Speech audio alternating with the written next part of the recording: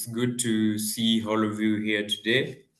And of course, special thanks to Tony for being able to coordinate the entire thing. So thank you very much. And I hope you all had a good day. I had a fantastic day. Of course, a little busy with the usual stuff here and there. But then again, here we are doing what we do best. And I hope that we are going to learn and grow together. And that is essentially why we are here. And it's good to see that we are all joining. I don't know what happened. I lost you guys just a few minutes. So please, you can drop a one if my voice is clear, if everything is clear and you can be able to hear me. Just before I proceed, to make sure that we are all able to understand and hear what we are having this conversation about. So thank you very much. I'm seeing you there. Felix Araka, Kipruto, Bernard, George, Mary, Tabuson, Kanza Tongai, Abraham Nyanja, and the rest of us. So thank you very much.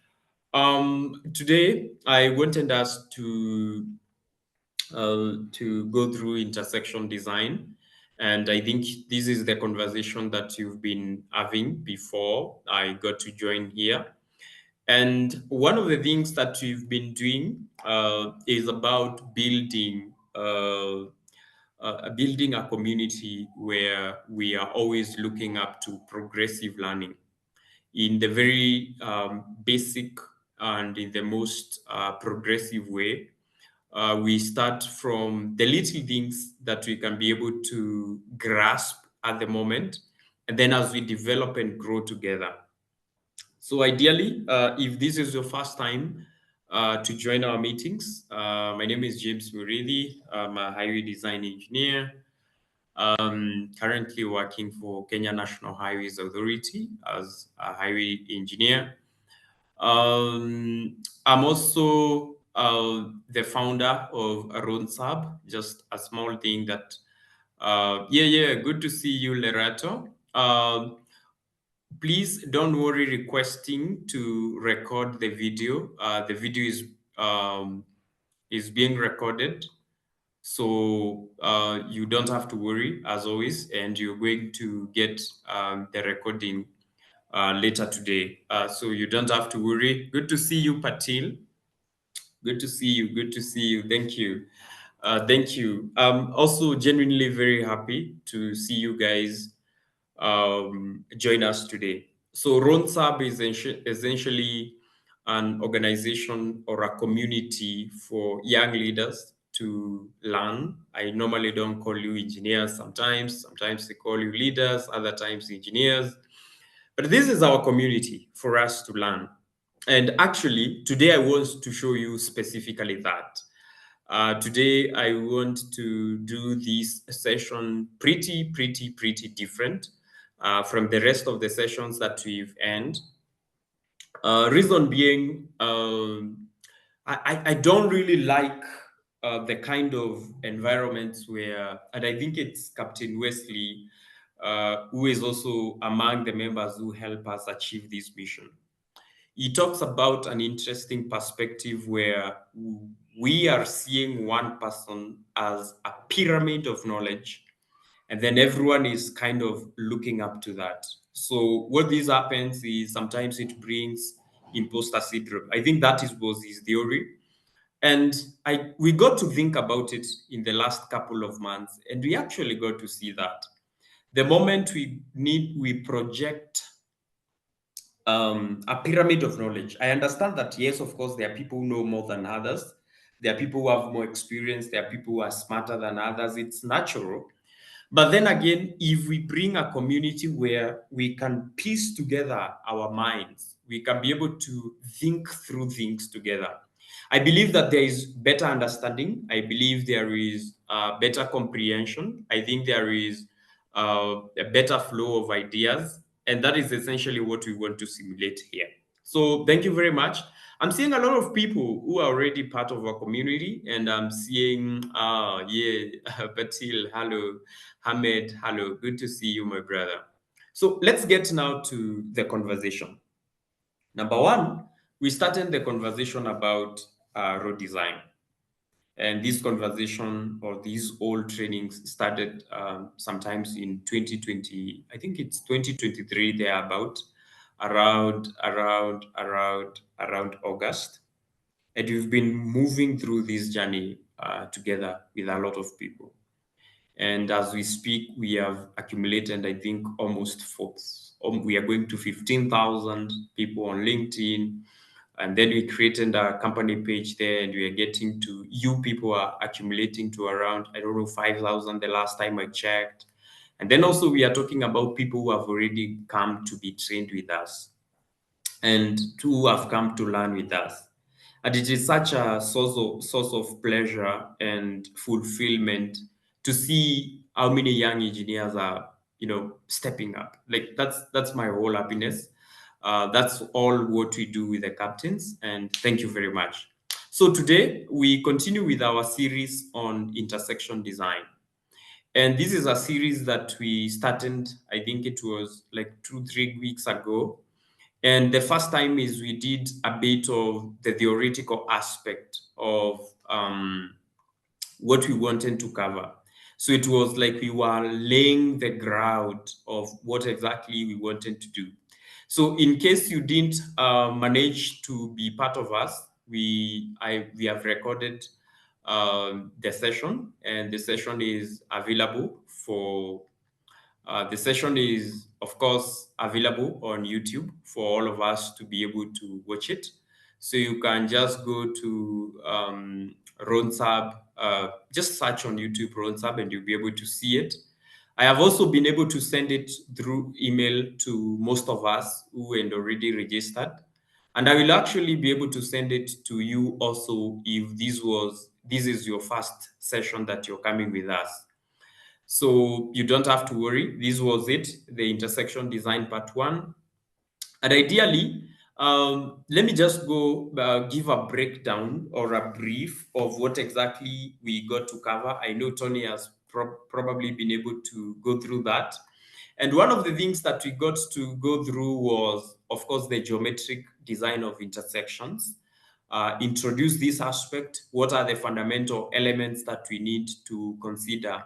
And what is the main objective? Where we found that the main objective was safety, efficiency, and of course, cost saving.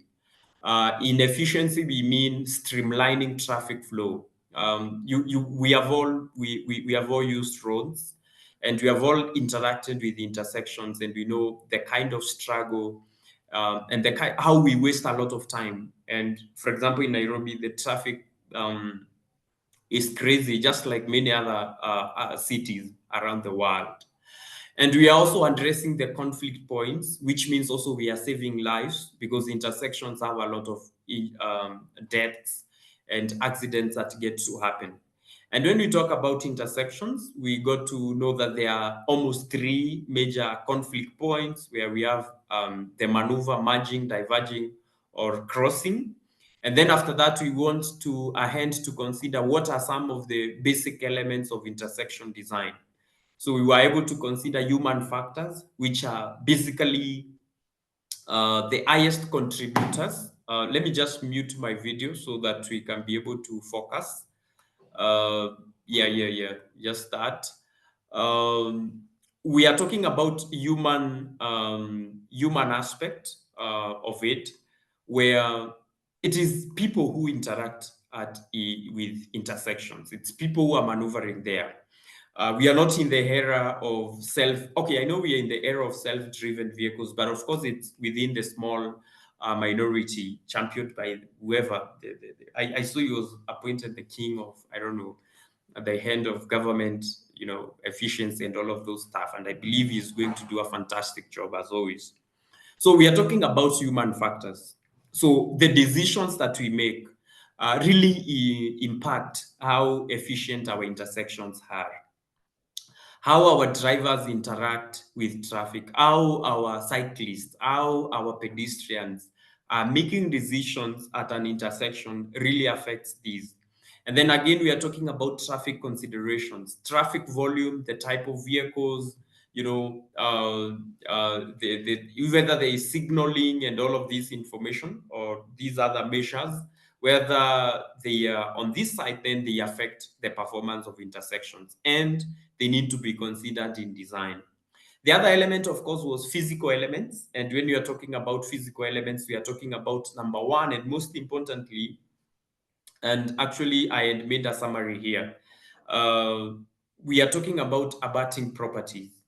We are talking about conflict areas. We are talking about lighting. We are talking about roadside development. We are talking about driveways and access management. These are physical elements that are already installed in an intersection that are going to interfere or affect the performance of our intersection. So I'm making a recap just for you guys. I'm not going to spend a lot of time on this one so that we focus on the objective of today's session. And then, of course, we got to consider different types of intersections that are recommended and installed in different locations. Of course, after considering this aspect, traffic considerations, and then the physical elements as well. So that's when you are able to know we're having this kind of traffic condition, and therefore we would recommend this type of intersection. We're having this capacity, and then it means we need to recommend this kind of intersection. So these intersections are quite a wide area. They cover a lot, and therefore the whole objective of this series is to be able to break it down slowly by slowly, bit by bit, so that, for example, as we start with the three-leg intersections, then at the end of the day, we'll be able to get at clover leaf intersections, which are a little bit more complex and such. Then we are talking about the factors we need to consider if you are determining the type of intersection. And we talked about, the topography, the traffic conditions, the number of legs. That is, of course, the approach lanes that you have there, the type of operation, and the road cross section that you need to expect at that point. And then we are talking about when we were able to go through the basic three-leg intersection. And in this case, we got to see the traffic channelization that happens. And in this case, we were using ghost islands. We were considering ghost islands, their location, their purpose, their geometry, the teardrops, and also the angle of intersection that we expect to have at such an intersection. Remember, this is more of three-leg intersection. There are people who call it a T-junction, whatever name that you want to call it. This is it, whatever you are having here. And the angle of intersection is sometimes between 60 to 120. And remember, when we have a very acute angle, it means then we are moving towards having a skewed intersection. Then, of course, we are talking about left turning lanes. So we have both left turning and right turning lanes.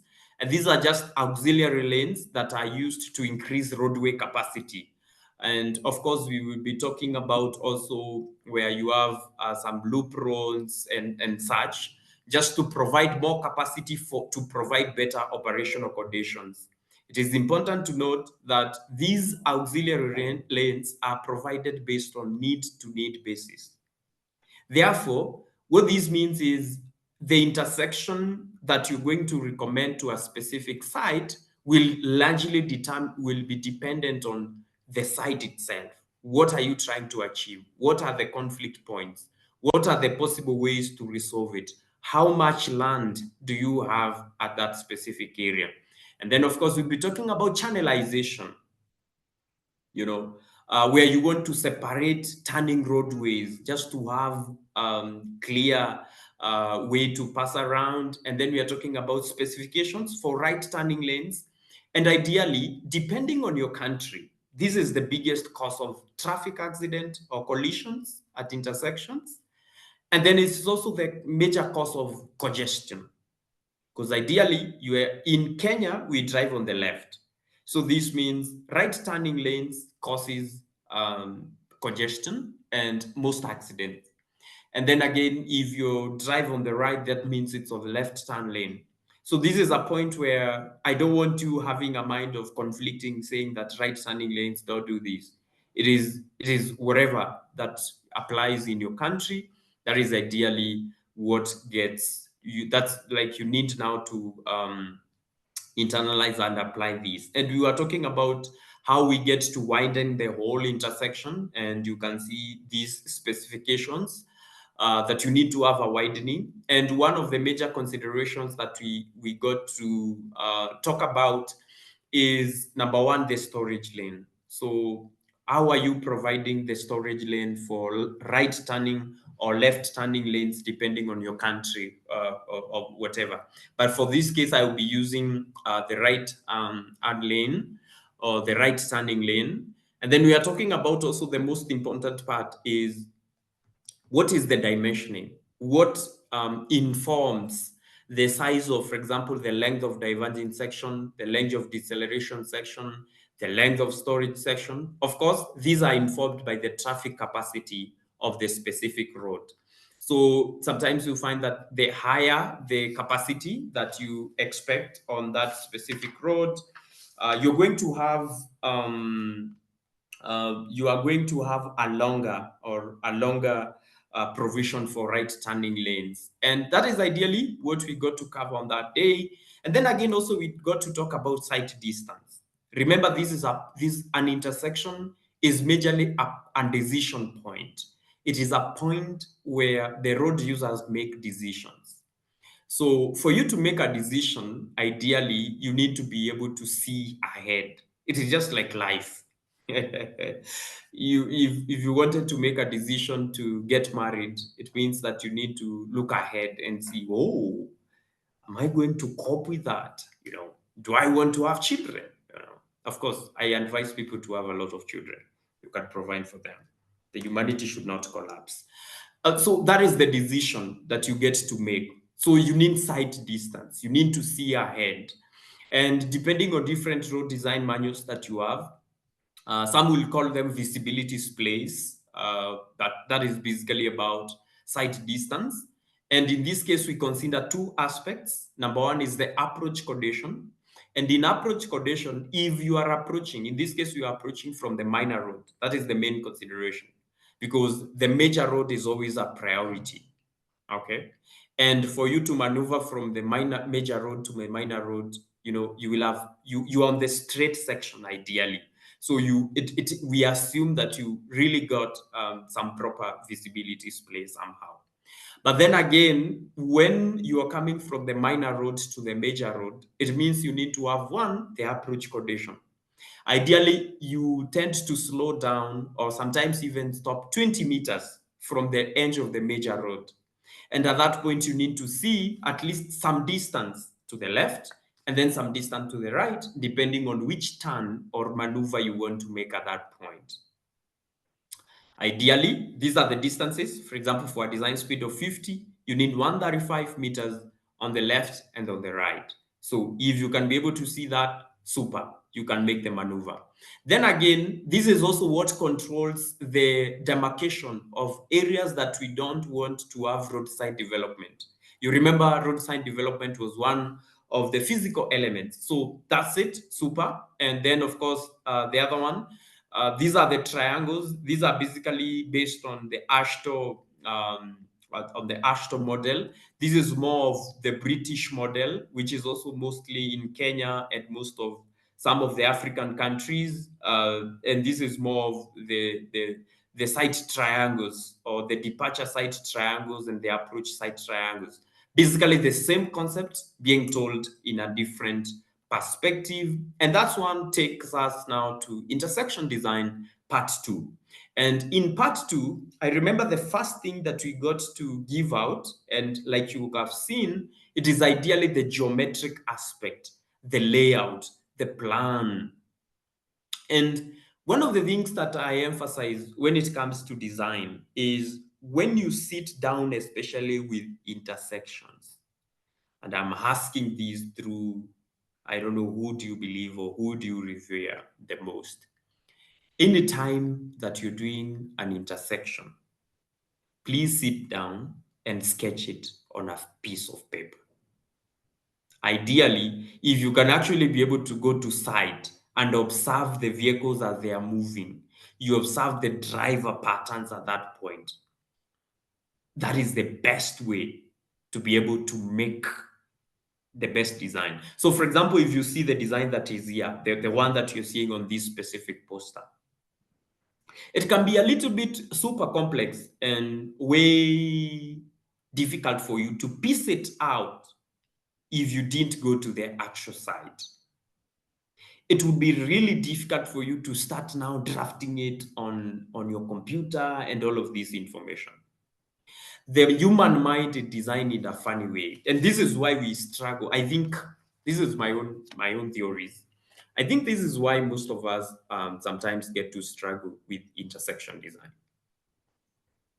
You want to jump straight to the software and start doing stuff.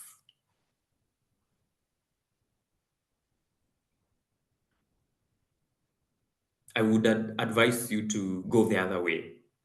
Try sketching it on a piece of paper. And then once you sketch it on a piece of paper, preferably you can take pictures, you can do drone, whatever. If you don't have that, you can go to site and try to sketch it. And as you're sketching, observe the driver movement and maneuvers that they are making. I know many people talk about carrying out origin destination surveys, which are very good. They are very nice to inform you on what you're doing.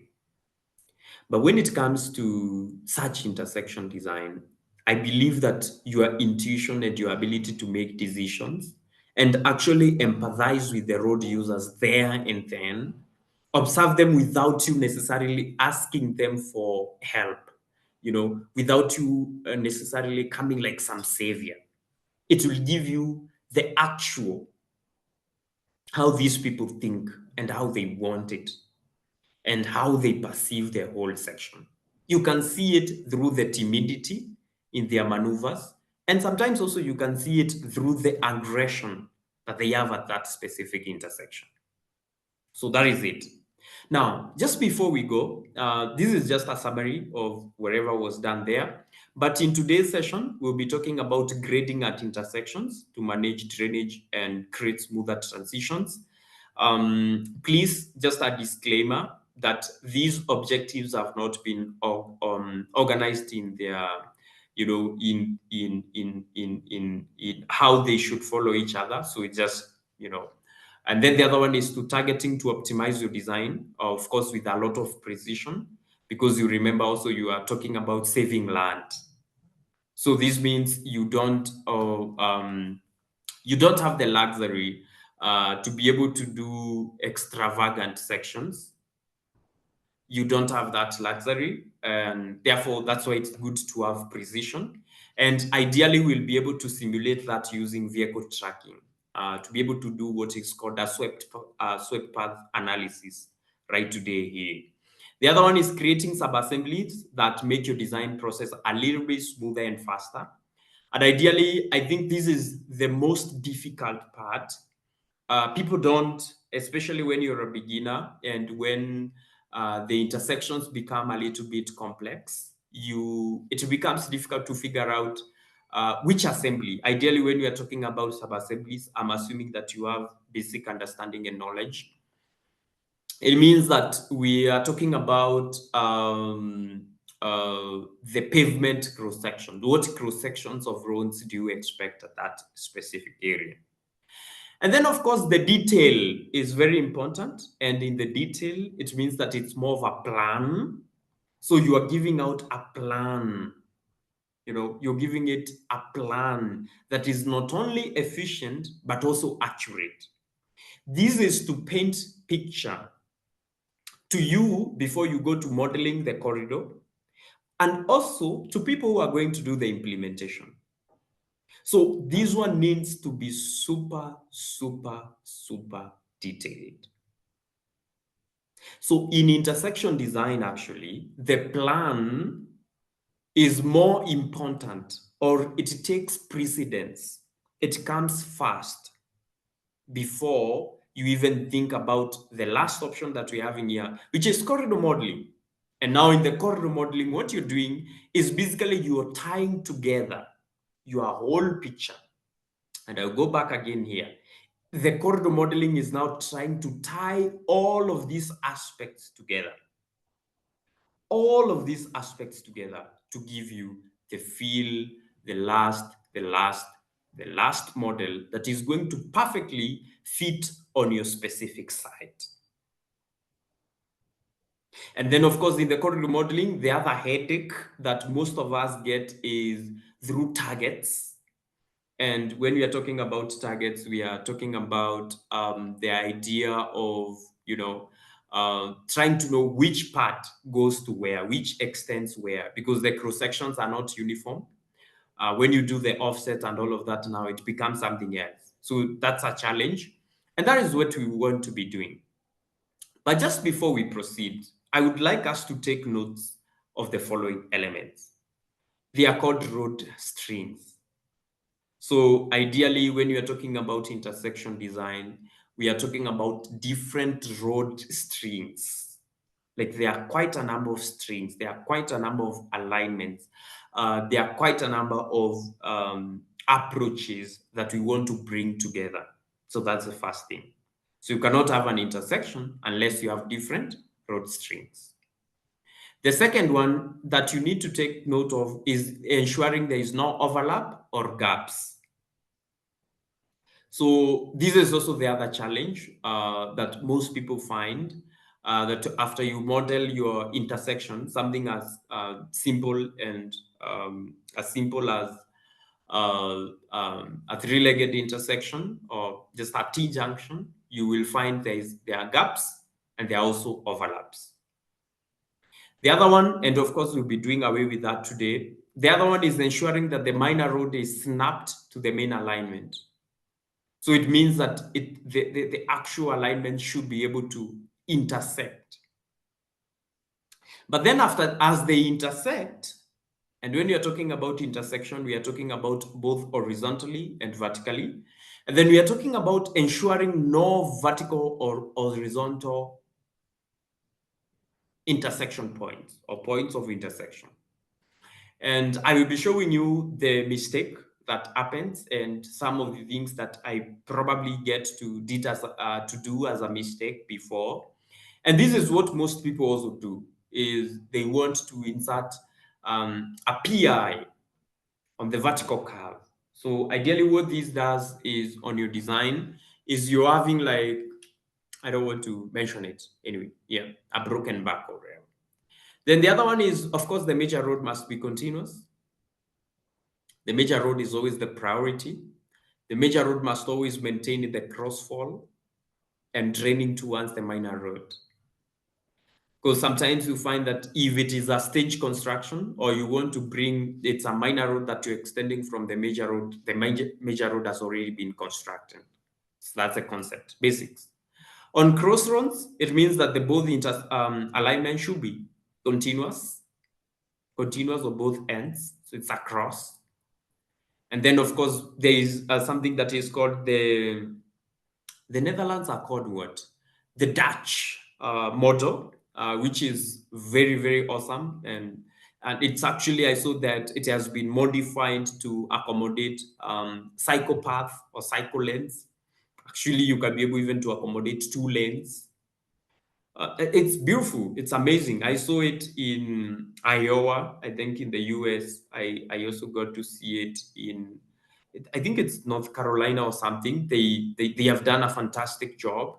And then again, the loop roads. Again, the loop roads, you need to have 2 alignments. Remember, you cannot do an intersection if the whole loop is going back to touch itself. So you get to cut it at some point, and we'll be able to see that in the future series.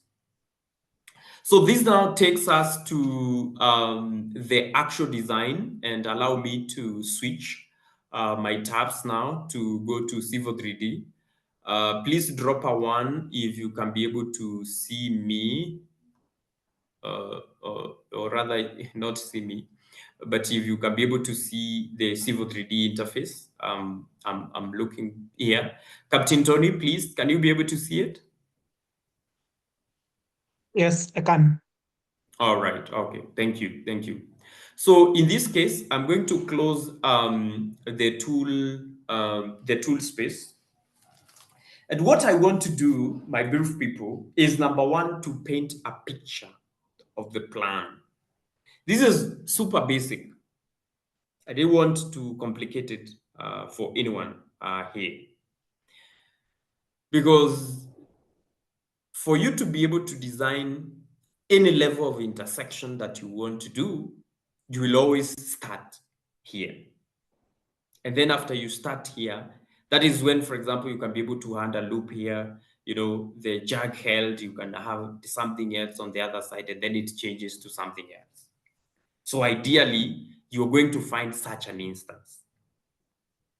And if this is the instance, the first thing that you need to think about is the entire plan and the detailing.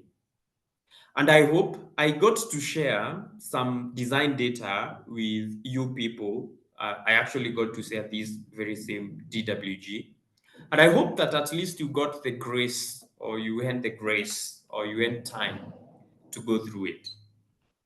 Because as we always say in our community, even if you come to 1,000,001 webinars here, you listen for I don't know how many hours. If you don't actually get to do one, two, three things, then sometimes it may not be as beneficial as you may hope. So it is important for you to do the things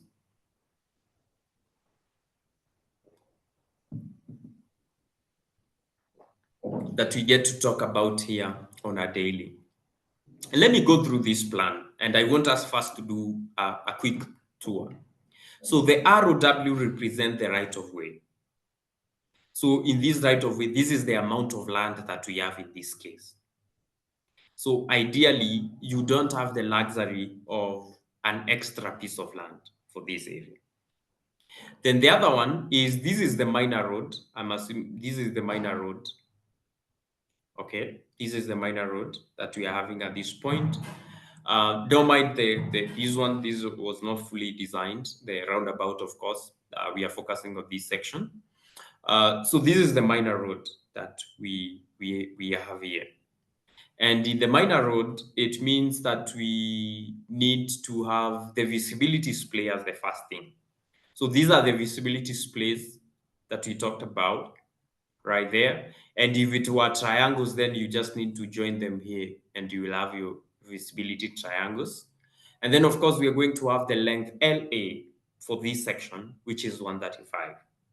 So what this ideally means is, within this section, from this edge to this edge, you should not be having any buildings here at this point. No buildings, no long, large or shrubs or trees within this area for visibility. The second thing that we're talking about, the traffic island.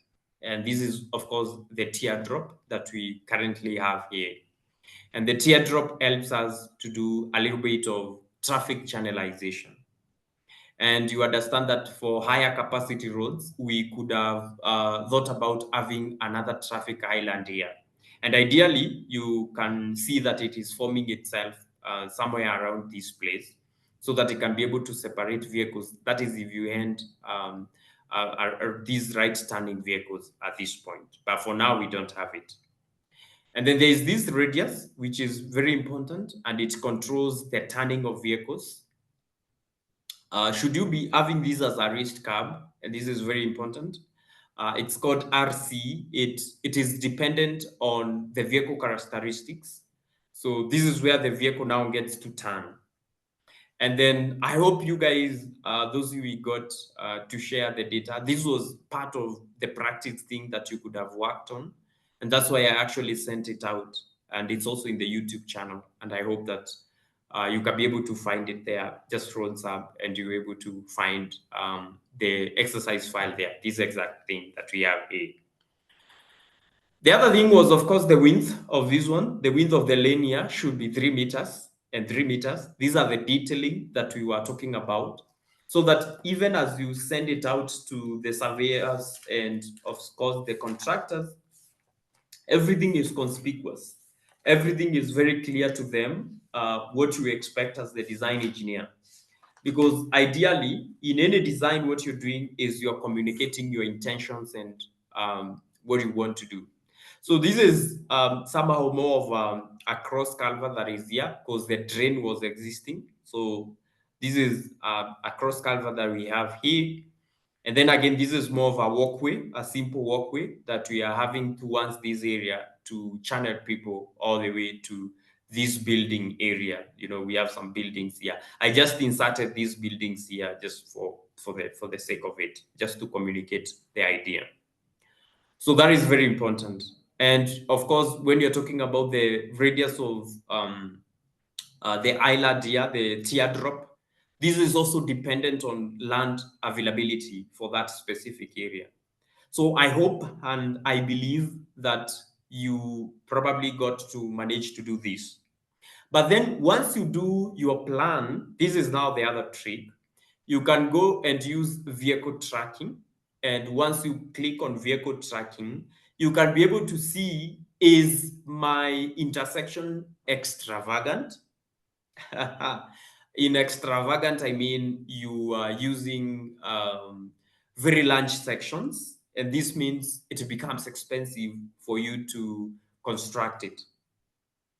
And one principle that I've been able to learn is when you use these three arc radius, and someone I remember was asking this question, is this one is called it's called easement.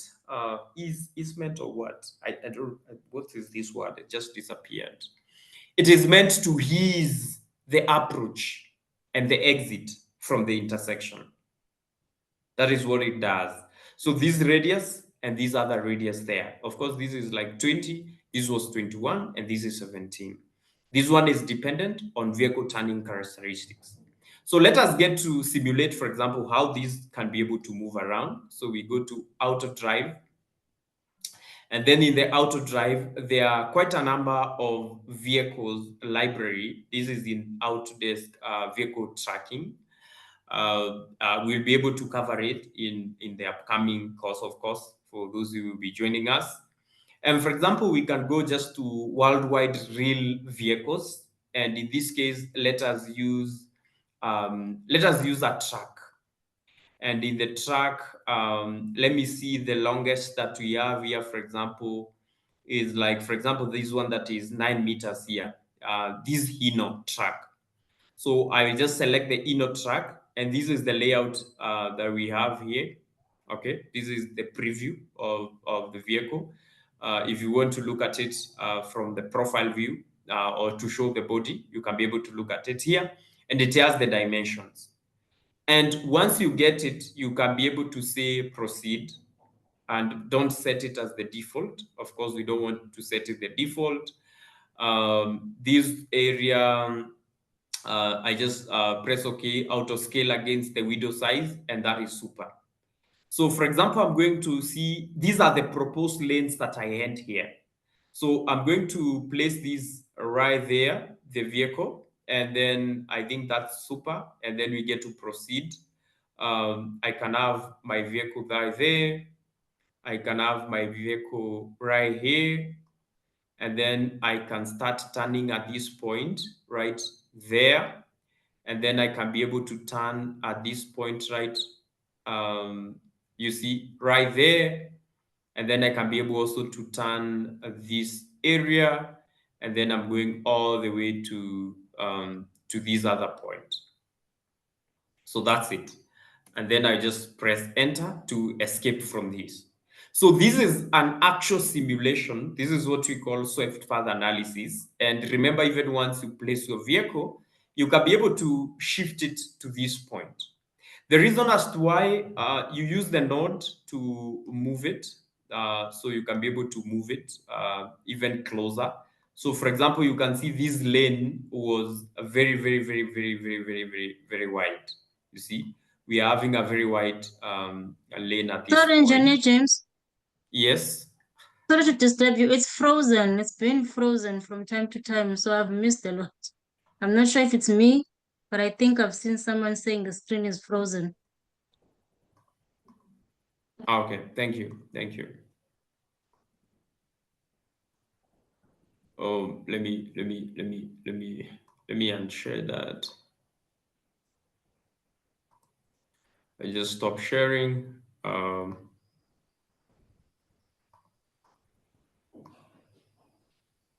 Okay. Let me get to share that again. One more time for you guys. So should I repeat the whole vehicle tracking, the whole check thing? Yes, please, because it was frozen before you went to vehicle checking. Okay, thank you. So we were talking about the plan is first. Plan comes first. Don't rush into doing the corridor modeling thing. So you need to know to put everything in perspective. I hope that now it's moving, is it? No, I'm not seeing the picture. You are not seeing the Civo 3D screen. No, it's still blank. Yeah, I'm also not seeing anything. It's just a blank.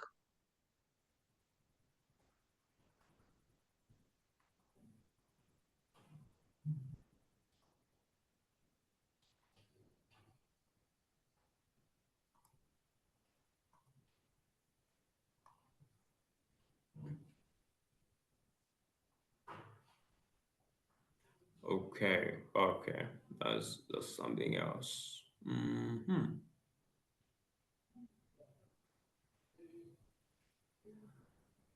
Oh, let me regenerate.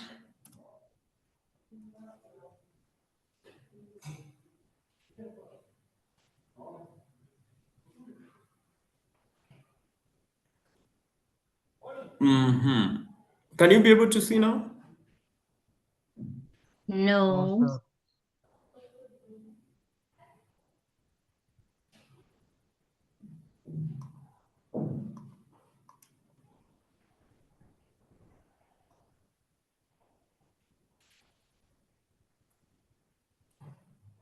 Okay.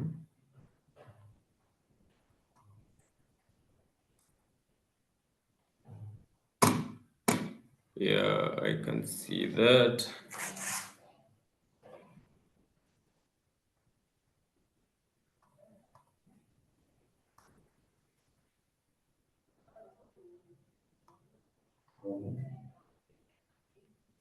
Let me see again. This must be a serious one. Okay.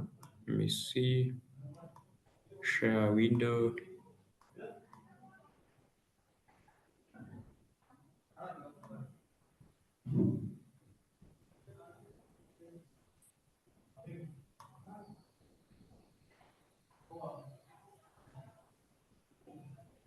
Participants, it's telling me now participants can be able to see my screen. Is that so?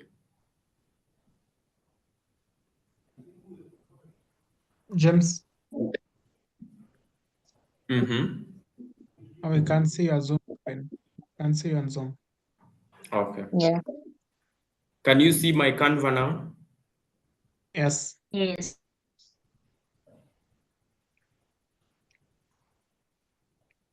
Can you see my Civo 3D now? Yes, sir. Yes. Can you see now? Yes. Yes. Absolutely. Okay. Yes.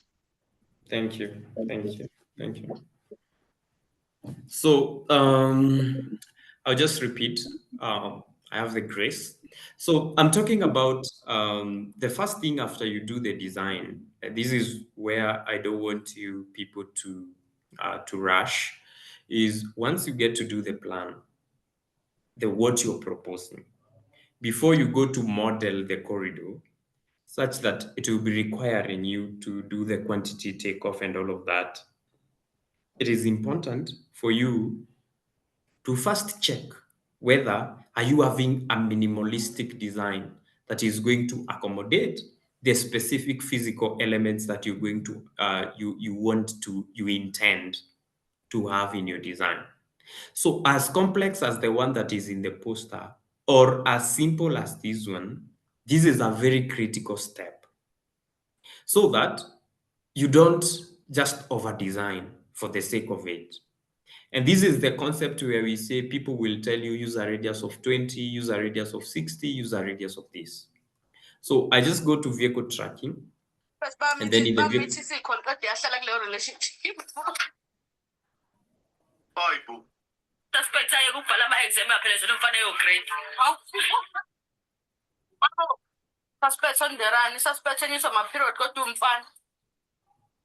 does someone require audience? We can give you audience, please. Okay. So in the swept path, you go to auto drive arc and you select it, and it will take you to the vehicle library. So in the vehicle library, we have vehicles from different countries all over the world. And ideally, of course, we have a couple of these countries: Swedish, Spanish, European, and of course the Americas. I don't see anything from Africa here. So you guys need to step up and create your own vehicles. So let's, for example, go down to using the worldwide real vehicles. Like ideally, this is more of it's a pool of common vehicles that we have on our roads.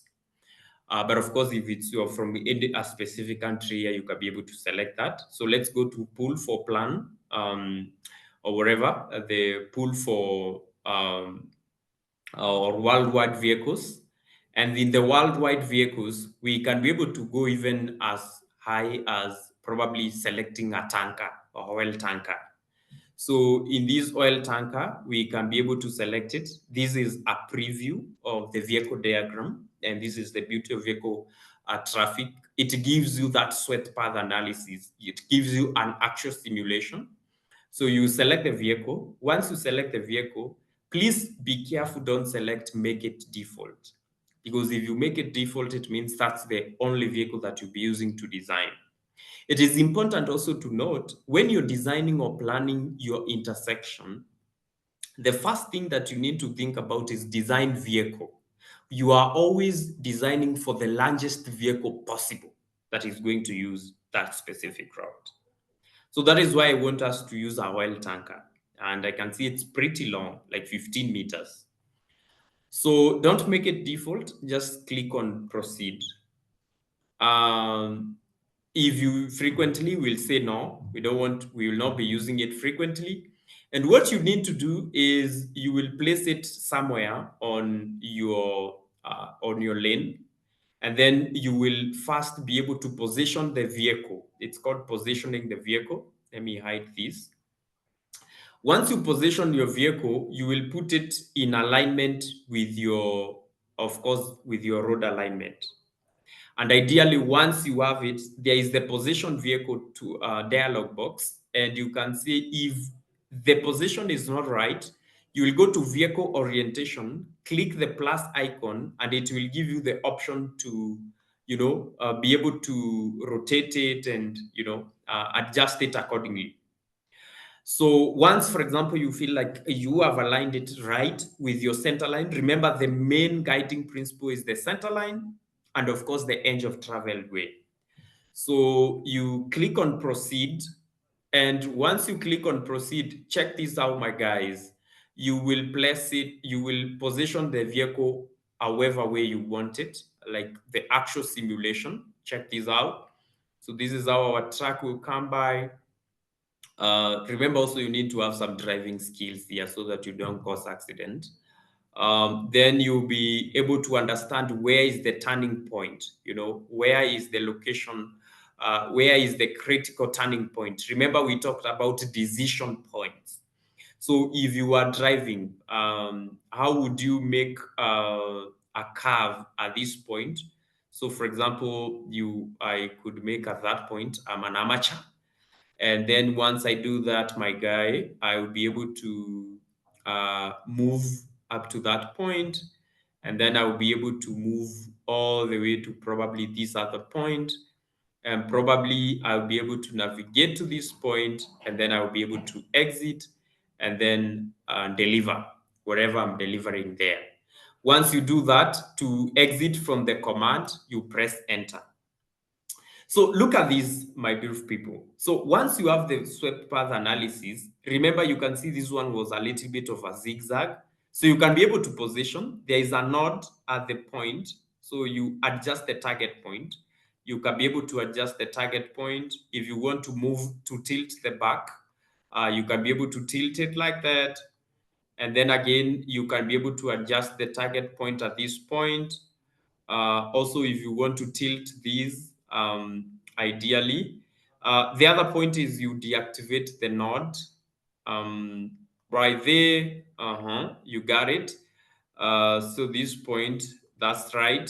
That looks fairly good. That's it. Remember also you need to give an allowance. Don't let the body of your vehicle to be just next to your horizontal alignment. And then you come to this point. And this is the critical point that I want us to pay a little bit of attention, and how we can be able to use this to make sure that our geometry is right, our plan is right, even before we proceed. And I want you to see the impact or the importance of these radii, the easement radius, that is 21 and 21. Ideally, you can see how easy the vehicle was able to maneuver into this intersection at this point. You can see pretty here. Interestingly, at the point of almost where it is terminating, look at this, exactly where this radius is terminating, this is where you see the road start widening. So what this is telling you is that the smaller the radius, you require a wider lane width at that specific point for you to accommodate the design vehicle. Let's do the math. So let's go to annotate, and then we go to dimensions and then align. So for example, let's see, what is this? This is telling us this is 2.896. This is ideally 3 meters. That's super. But then as we move from the easement radius and we are moving towards the point of where we are considering the turning radius of the characteristic vehicle, you can see our lane width is going all the way to 4.5 meters. Check this out. You see that? And even at this point, we are going to almost 4.7, and we are going all the way even to almost 5 meters, ideally at this point. And no, it is not going to increase after you finish this turning radius of the 17 that we normally talked about. I remember in the last session, we talked about how the 17 radius, 17.5 is ideal for the largest vehicle, for trucks to be able to use your road at that point. Then again, remember also you need to move away from this standing radii. You need to move a little bit away from it, position yourself, because also you don't want to move towards the edge due to curb to curb. It's called wall to wall radius. So you don't want your vehicle eating the curbstone. And you don't want it also going overboard to drive over the walkway. Because ideally, naturally, we are designed to run away from trouble, from danger. So if the driver thinks that they are approaching to step over this section, they will tend to drive towards the left. And therefore, it means they will, like the tendency here, this is a left turn. I hope you're making it, you engineers. I hope you can be able to figure that out. And then you see, once we move this section, the vehicle now, the radius becomes, becomes smaller. And check this out. Check how you can be able to streamline this section. So this is where you are optimizing the use of space. And ideally, we talked about the principles of design. In the principles of design, if you have your road design manual, my road design manual is my Bible that I have here with me every day. That's what I'm flipping. And we said that the design requirements that we are looking at is number one, safety. So as you're positioning your vehicle here, how safe it is. How safe is the driver? How safe is the pedestrian? How safe are other road users within the section? Operational comfort. You see, the easement radius here is to enhance the comfort of the road users. And as a rule of the thumb, and most people confuse when I tell them the rules of the thumbs. And I don't want you to quote me anywhere talking about the rule of the thumbs. But again, you can quote me anywhere again. It is from practice. The larger the easement radius, the narrower the section that you require. So the balance that you need to do, and the reason why I'm advocating for the vehicle tracking, whatever, it's because you are able to do the balance between, should I reduce this easement radius? Like, for example, check this out. Should I reduce it? For example, for this instance, it should have been reduced to something like that. Or should I, if you reduce this, it means that you will have a lesser lane width. If you make it also too tight, it means that the vehicle will not be able to maneuver. And you can see an instance where we have a very tight radius. The lane width there has accelerated all the way to almost 4.75. So you are an engineer, do the mathematics. Thank you. Okay. Remember, this varies from site to site, and it's very important. And then you maneuver all the way to this section now, and our vehicle is, of course, off the road at this point. Remember, you can be able even to reduce this point right there. This is super. This is super. Now, that is good. So you will be able to do the same simulation for the other edge. And of course, go back again. Sorry. Once that is done, you can go back to this point and then select again, proceed, drawing units.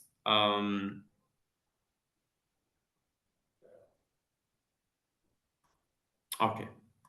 I don't know what that means, but anyway, I will just pick this one. It is now the vehicles that are coming from this other point. So remember, you can be able to rotate it, and then you tell it that's super, and you're going to drive all the way up to this point. So those are the checks, my beautiful people. So once you do your checks, so you just select it. Once you select it, you go to animate. And in the animation, we can have vehicle number one. And in vehicle number one, you just place, this is just like a video player. So there's no science here, my beautiful people. You just select OK. And what you can do, you can see the vehicle is moving.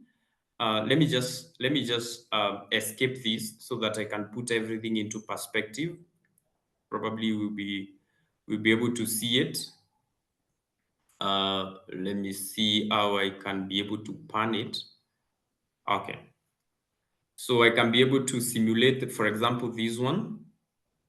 And then I go to animate. And then I will say this is animation one. And then I want animation 2 to add it there. Okay, cancel. I don't want to animate 2. And then you just place play. And you can use this icon to increase the speed just a little bit.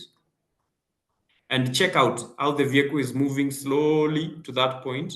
And you can see the ease that is moving with it at that specific point. And it goes all the way to the roundabout and finishes the entire car. So it is only once you are able to carry out the swept path analysis, you are now confident that you either, number one, modify the geometry of your intersection. This means you can reduce, you can be able to reduce the radius.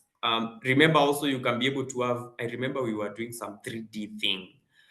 I don't remember how we used to do it, but I hope it's gonna play. Let me see whether it's there. Oh, okay. Like you can be able to see how the vehicle is moving in 3D.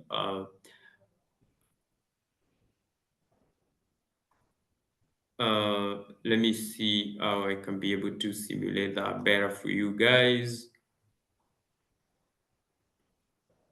Uh, okay, that's it.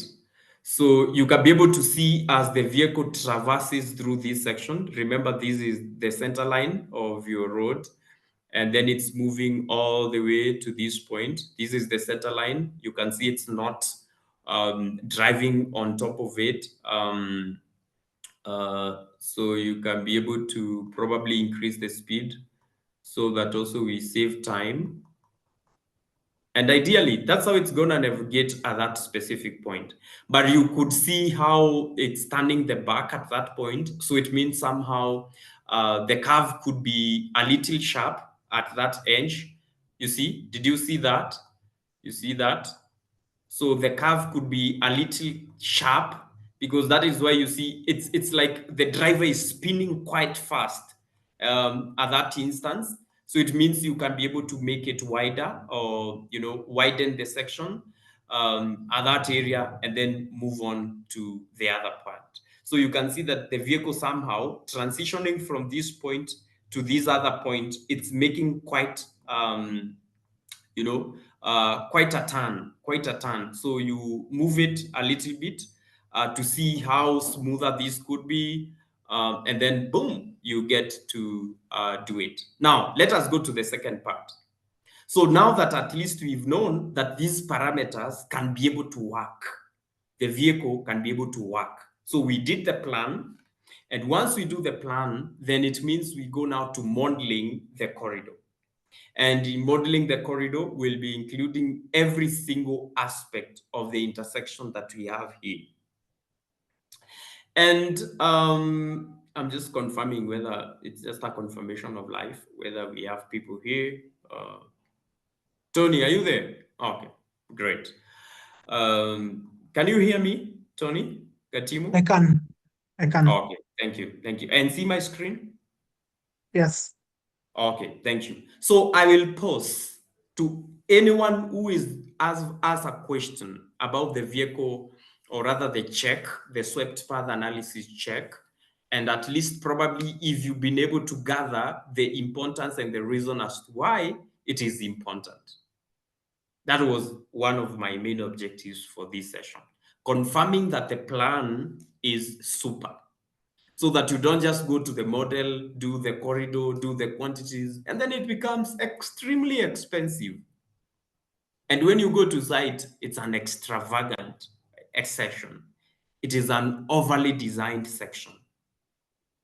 So I'll open the floor. If there is a question, I can be able to respond to that briefly, 1-2 minutes as I sip a glass of water, and then we proceed to model the corridor and the site grading, just like we have here, and the targets. I'm going to make this super easy, easy to understand, easy to replicate. So bring it on. Thank you.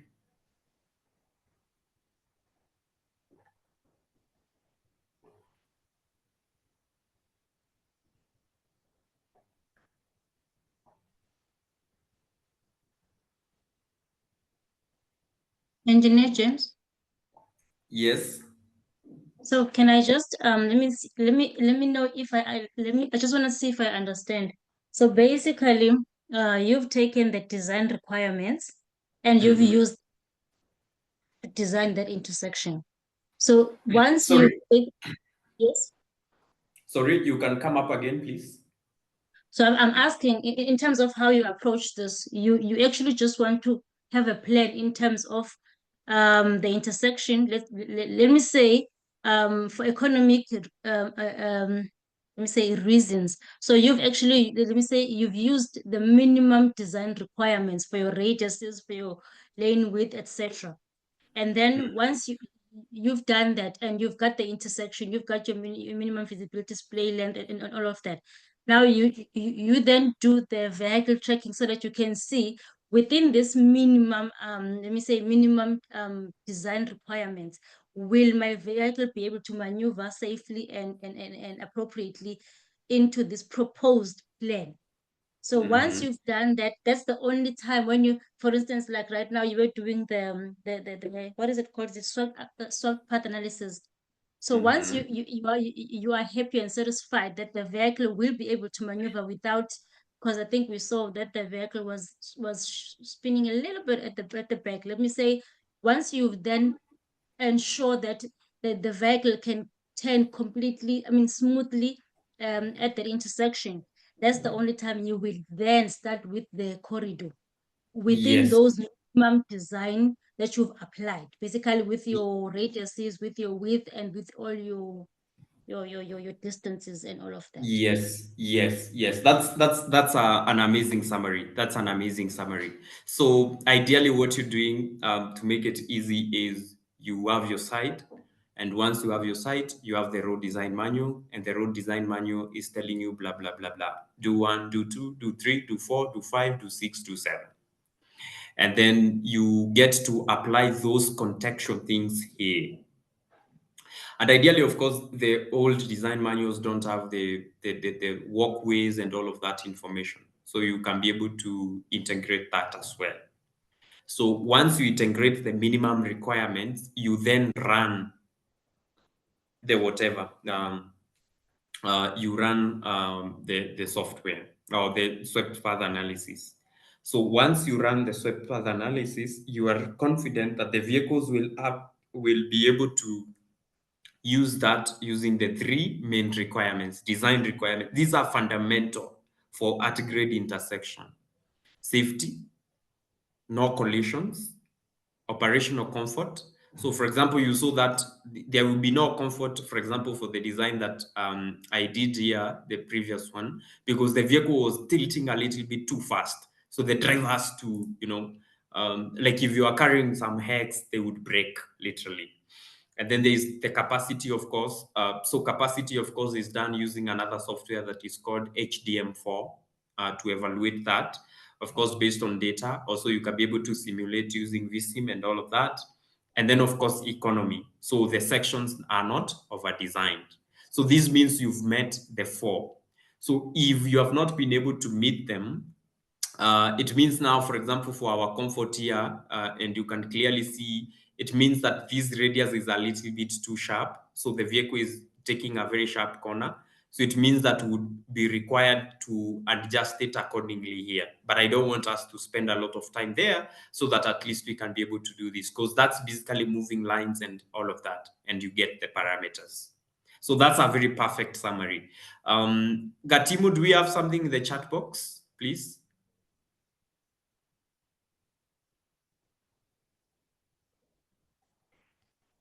Do you have any question in the chat box before I go to modeling? I have 30 minutes and I can be able to do this super quick, easy, and efficiently.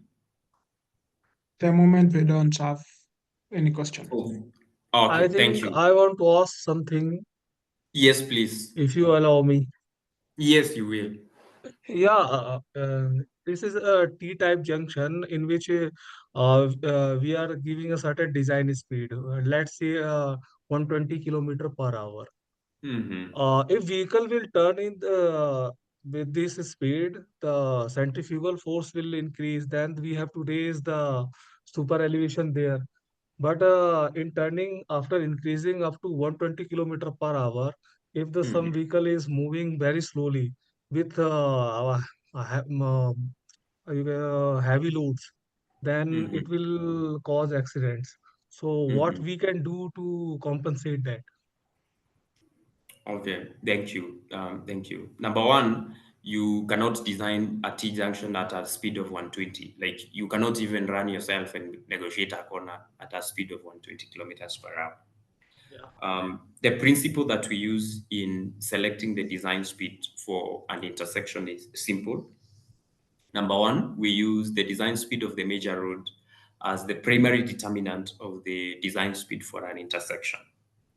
And ideally, this means that it should be something around 20 kilometers per hour, kilometers less than the actual design speed of the road. So that is the concept. When you are talking about very high speed, that is expressways, you are not going to do a T junction or at grade intersection at expressways. You would rather have in interchanges or grade separated so that vehicles can be able to move at an extremely. A good example is the interstate highways in the US, and also the ones that I'm seeing coming up in Saudi or Asia. So ideally, that is when you want to ensure that speeds are very high. So for such a section, the speed is very minimal. And then on the other end is, yes, we are going to do the calculation of super elevation for each and every of these sections. So each section, of course, will be super elevated, and we'll also be considering the slope of this section. Yes. So let's get into modeling this intersection. And for us to be able to model this intersection, I want us first to go through an analysis of someone is Hello? speaking. Sorry, Mr. James, can you hear me? Yes. No, I just want to know, Mr. James, man, when you're doing these intersections, do you first do your alignment for your roads? That is your horizontal alignment before you come to this part of corridor modeling and everything. We are going there. So no worries, okay? Okay, thank you, sir. Yeah, yeah, yeah. Sorry to disturb again. Hello. Yes, please. No worries. This is your session. Ask your questions. Okay, good evening, engineer. I think Good evening.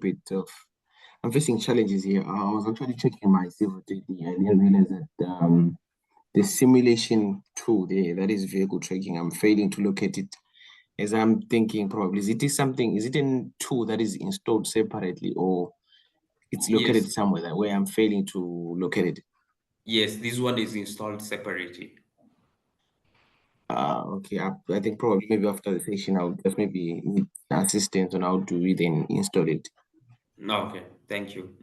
Any someone Thank you. else with a question? I don't want to close. This is your session. This is not my session. So One more, even if I rush, yes, please. so you do everything using the polylines from AutoCAD. Yes, Oh, that's nice. Okay, that's Mr. called plan. Okay. Thank you. Yes. So, and we are talking about the road design manual. Can you be able to see my Canva, or No, rather the? we are on your civil ready. Okay. Yeah, yeah.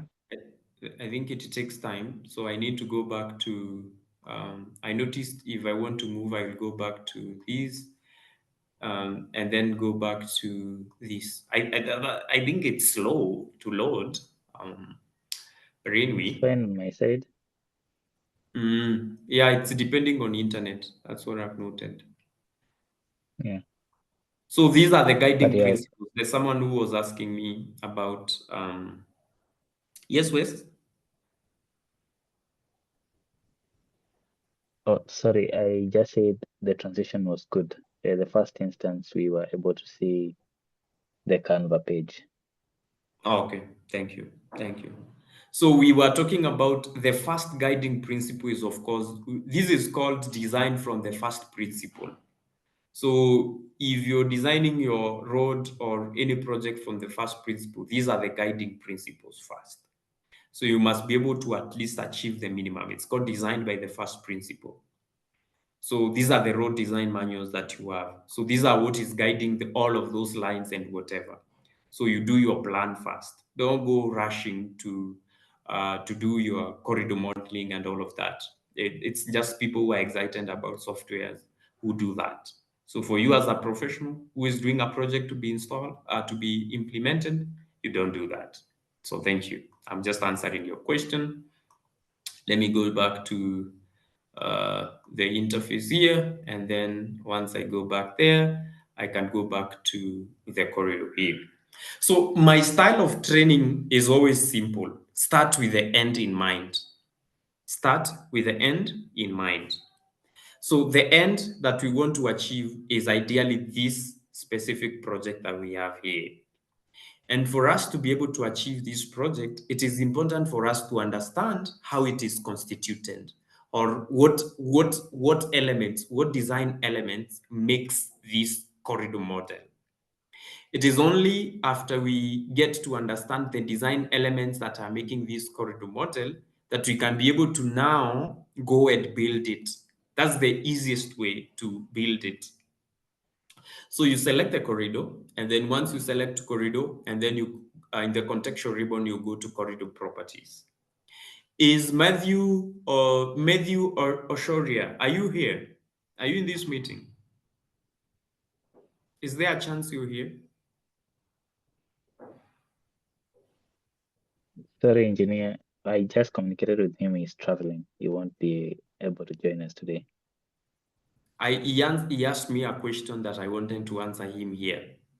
But if someone is here, screenshot this and tell him if the corridor was not displaying, let him untick all of these and then rebuild the corridor and then select it and then build again. It will pick whatever the code said that it was not picking. Thank you. So the first thing that you need to understand is, how is this corridor built? How is this corridor built? What elements constitute what? And that is what I want us to do. And then once we do that, so we select the corridor. I'm trying to see the best way to position it, how that works.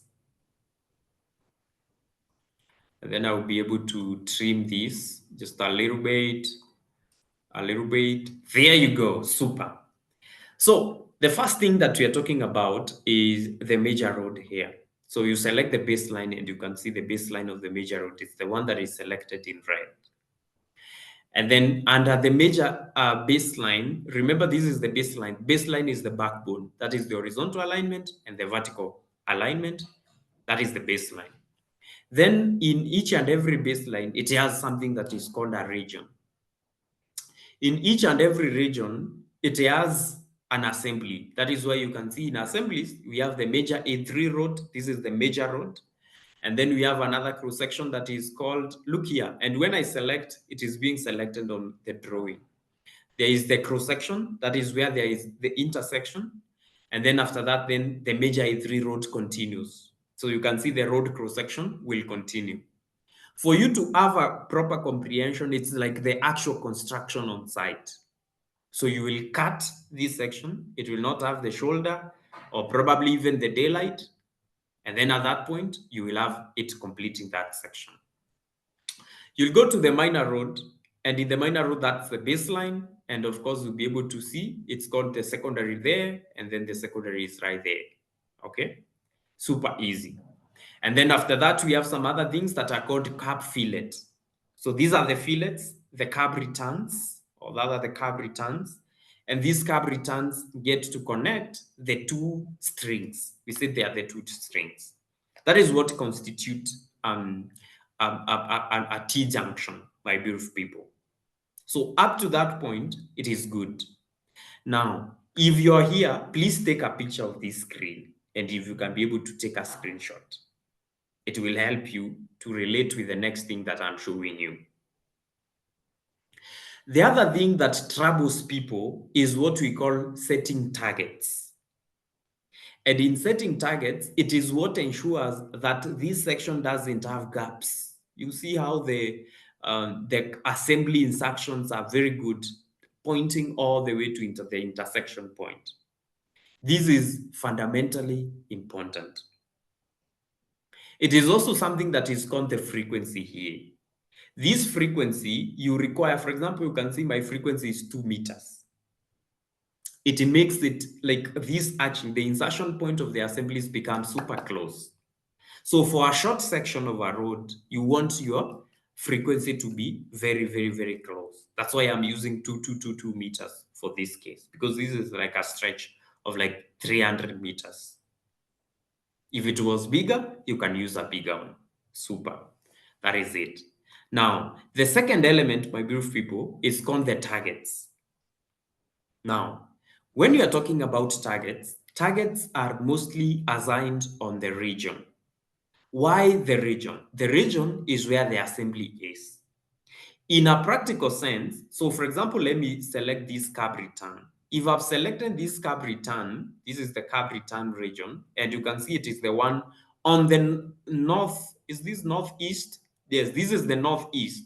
If you struggle with directions, please use this wheel here on your Civil 3D. This is northeastern quadrant. So this is NE quadrant. So if you select on these, you can see the assembly here. And in the assembly, you can go directly to where there is targets and select on targets, the ellipsis button.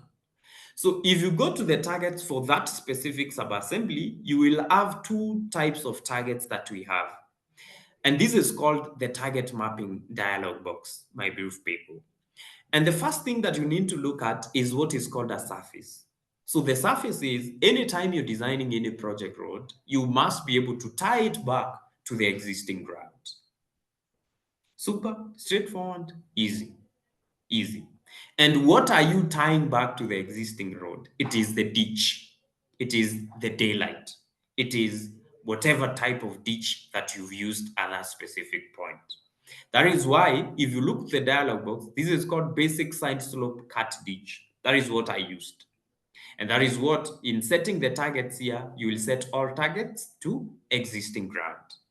So this means that your project road is not hanging. For those of you who find that, for example, you are not seeing the ditch and the daylight in your design, it's because you've not targeted the existing ground. Let's go now to the second type of targets or target mapping that we need to have. And the first one is the outside elevation, and or rather there are two. There is the width of the road, and then there is the elevation. So this means you need to target both on the X and the Y axis, both the horizontal alignment and the vertical profile. Super easy, straightforward, right there for you. Now, let us start with the lane first. If you select the lane, it will give you the mapping or the setting the offset targets. These are called offset targets. For lane width, the width target, you're setting it to, I hope I can be able to see this. Let me make it smaller so that you can be able to, I like demonstrating so that it is easy for you guys to relate and probably make good use of it, because it is of no good use if you don't get it. So my beautiful people, I'm struggling, I'm suffering. I don't know where to place it. Okay, I hope that works. Yes, that works. Now, here you have to come closer to the screen. So these are the width target. For the width target, you scroll all the way to where we are having the offset targets. Remember, you will be able to know all of this information. You can check it. The side is the left. This is essentially the left-hand side. So if this is the left-hand side, I want you to go to offset, and this is where you set the offset targets. And once you click on set offset targets, it will give you the dialog box at the bottom here. In the dialog box at the bottom, you want to target the curb returns. And please write this down. You need to target the curb returns to the minor access road alignment. So ideally, you want this curb return to extend from this edge all the way to the minor alignment. If you're making noise, these are critical times. Please respect us.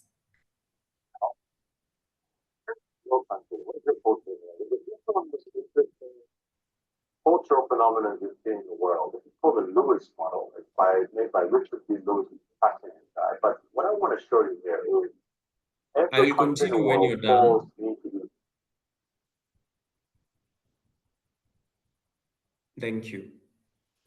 So I was talking about the curb return should be able to target the minor access road and the major road. And remember, for minor access road, and this is very important, and I hope you'll be able to write it down, please. Because once I decode this, that's it. Everything is over. You can be able to do it yourself. So for curb returns, you are targeting two main objects. The first one is the minor road alignment. I'm actually even writing it myself, so I wonder why you wouldn't write. And then the second target is the major road alignment, but it is the offset. Remember that. And this offset should be on the side of. So if here it is saying left, it means you need to target left. The offset on the left hand side, because we'll be doing that targeting manually. I hope that sinks.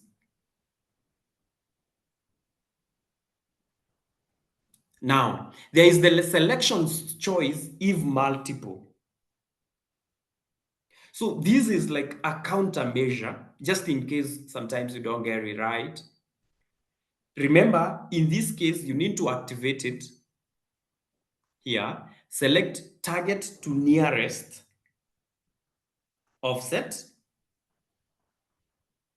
And then the next thing is use targets on the same side as the assembly. On the same side as assembly. What this ideally does, it is easy to connect this space that you are seeing at this point. And then the next one is, of course, the elevation. So the elevation directly, you target the FRL, because we said this road should be able to match both horizontally and vertically in the profile and also in the alignments. So you just create another line, please, and then you go, if you are talking about elevation targets, you are targeting the FRL. And remember, these are going hand in hand. You remember we had the major road. So it means you're targeting, we have the major and the minor road. So ideally, you are targeting the FRL, that is the finished road level, and not the OGL of the minor road. This is right there. And then the, where is, oh, sorry, this is the elevation targets. Let me see, let me go all the way, sorry. Elevation, so I've selected. You're targeting the FRL, and then again, you are targeting also the major road offset of, this is offset. Major road alignment, the offset of it at a slope of 2.5. So because ideally when we create the offset, it is also going to target. Remember, it is the same alignments. The same alignments that you targeted in the horizontal, you are also targeting their respective profiles. Do we have question at this point?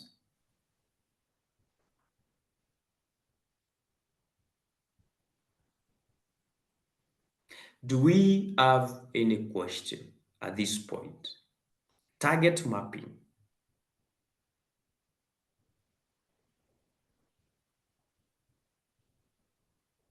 Beautiful. I love it. Thank you. Now, I will go to decode the next thing. And the next thing that I want us to decode is the assemblies. So for a beginner, how do you determine how many assemblies do you need to have? And remember, these targets are for that side, and there is also the curb return on the other side, and which is the other one. This one doesn't have targets, and then there's also the targets for the minor road. Okay. So ideally, basically you just come here, and then I'm going to send you this design as it is. I'm going to attach it as it is, so that also you can be able to refer to it. This is a sample intersection, so I'm going to send it to you. It doesn't have anything else here. Okay, but ideally they are just the same principle that we've selected there. So this is the offset on the opposite side, and it is targeting the opposite quadrant, the profile, and then it is also targeting the profile for the minor alignment. If I go to the width, it is targeting again the minor access road offset on the right-hand side, and then the northern quadrant on the right-hand side. Super easy and straightforward. So the moment you get left, it is the same principle you replicate on the right. I hope that helps. For this one, you actually don't need any targets for this one. For the cross section, this is, you are just targeting the major. Actually, you don't need even to target anything here. Yeah, you're only targeting, yes, sorry. You're only targeting the offset for the major road, because ideally it's within the major road section. You know, this one, you are only targeting the major section. So you want the major road section to be able to extend. So I want you to picture this. If you are doing an actual design, which area would you want to extend to? So if you are constructing this part, if you wanted to fill this space, what would you do? You would extend this one, the road on this side, and then of course you would be able to extend this other side, the minor and the major, so that it can cover this section. The same thing, you would expand this one and this other section so that it can be able to cover that entire section. And I hope at least you can be able to remember that of all other things. Now, let us go to the second part. And the second part is the assembly. How do you assign these assemblies? And this is my reverse psychology that I used to learn before now I got time to integrate and learn from a proper design that is done like this one. If the design is done properly like the one we have here, then I can send it to you, and then you internalize slowly by slowly, and then you comprehend it. But for a starter, this is what I did. And I think it worked for me. And I hope probably it can work for you as well. So this is what I did. For me, I do the reverse engineering. So there are two methods of creating intersections, especially for T junctions. The first one is automatic. The second one is manual. And we are going to do automatic right away. I know I have 5 minutes. I'm a man of many words, but I'm cutting it short pretty fast now. So ideally, we have, okay, I've remembered something. For the grading, the moment you do your targeting right, that's it. That's it. Like, it grades the entire section automatically for you. It's just like how you build the corridors. It will grade it. And then you target the existing ground for the ditches. So it will target that perfectly for you. Unless now you would want to do extra grading outside these sections here. That's when you can be able to use the grading tools. But when we talk about assemblies, these are ideally pavement structures. And when we are talking about pavement structures, I know that every designer has their own respective pavement structures. And for any design, and I want you again to take notes. I know you're smart, you're brilliant, but sometimes don't trust your brain so much. You know, sometimes it forgets things. Yeah, I know. So write road assemblies. In the road assemblies, these are the type of assemblies that you need. Number one, you need curb return assemblies. A curb return assembly. Then number two, just skip 2 lines for that area. And then you need the major road assembly or pavement section. And then skip another line and write, you need the cross-section area or the intersection area. Skip another line. And then the next one is you will require secondary road or minor road assembly. Super, that's it. Just do that, and then let's finish up the whole story. And then I will exit this point. So where are these assemblies? Just the same way you create the usual assemblies. these are the assemblies that I have here. So this is the assembly for the curb return. So this is how the curb return should look like. So it has one side,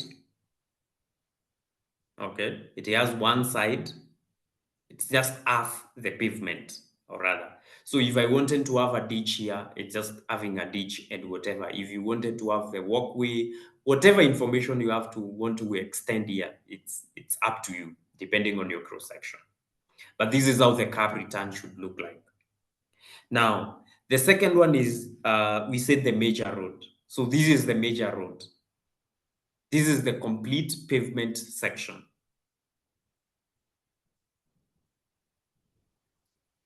Okay, this is a complete pavement section that you need to have.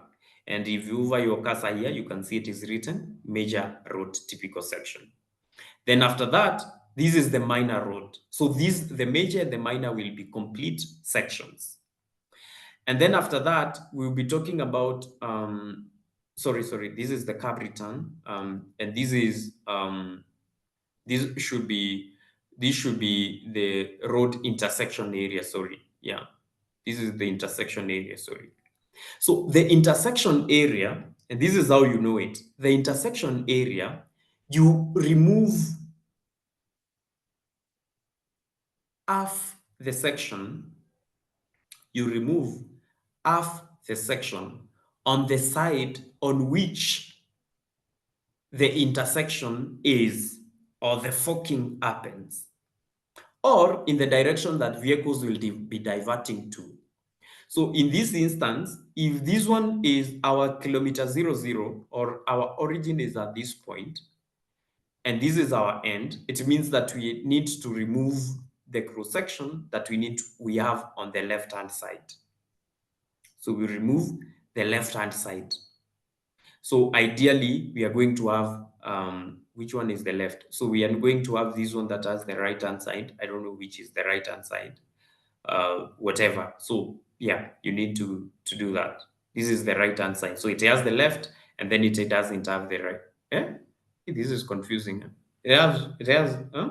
Okay, I'm turning around. Yes, this is the right one. That's it.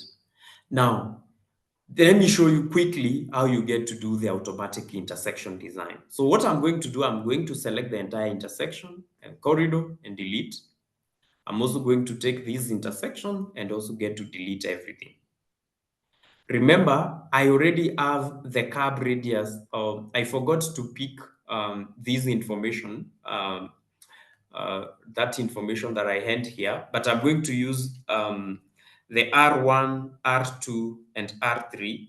I remember R2 was 17.21, this one was 26, and this other one was 20. And then when I go to this other point, I'm seeing I have a radius of 25, as R1 is 25, R2 is 22, and then I have my R1 as, or R3 as 21. So that is ideally what I have as my figures that I used. And remember, these radius, you are picking them from your 2D drafting that you use the design manual to come up with. So I'm going to delete just all of these. Of course, I know there are quite a number of offset alignments that were used to model the previous intersection. So let me just do away with them so that we all start on a clean slate there. That is perfectly fine. And there was a gentleman who was asking about alignment. So you remember, you first create your alignment on this point, and then also you create your alignment on this other end. Okay. And remember, we said one of the things is you don't want to have any PIs at this point. So you would select that alignment, and then you will go to geometry editor, and then you're going to resolve it. Okay. You don't need to have any PI or point of vertical intersections anywhere, you see. So I've just gotten to remove it right there. That's the first thing. The second thing is you make sure they have intersected. This is just basic basic stuff. So for example, let me remove it there. So you just select it and then you turn on the snap cursor. And when you turn the snap cursor, you make sure that the intersection part is turned on. And then you just come with it and zoom.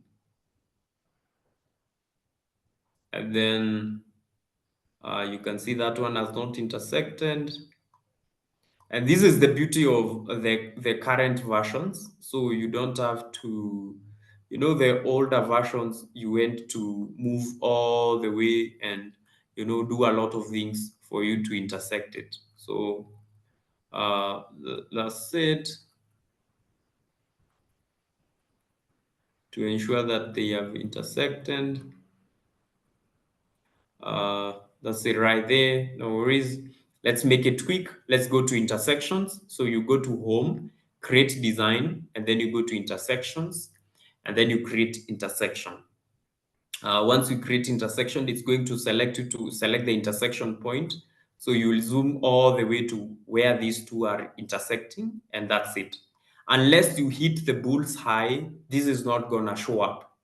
So if it's not showing up, just know that you're missing it, bro, right? So then the name of the intersection, I'm going to use that. The style, you really don't have to worry about styles at this point, but you can be able to modify display if you want this to be whatever color that you want in. You can be able to modify the style.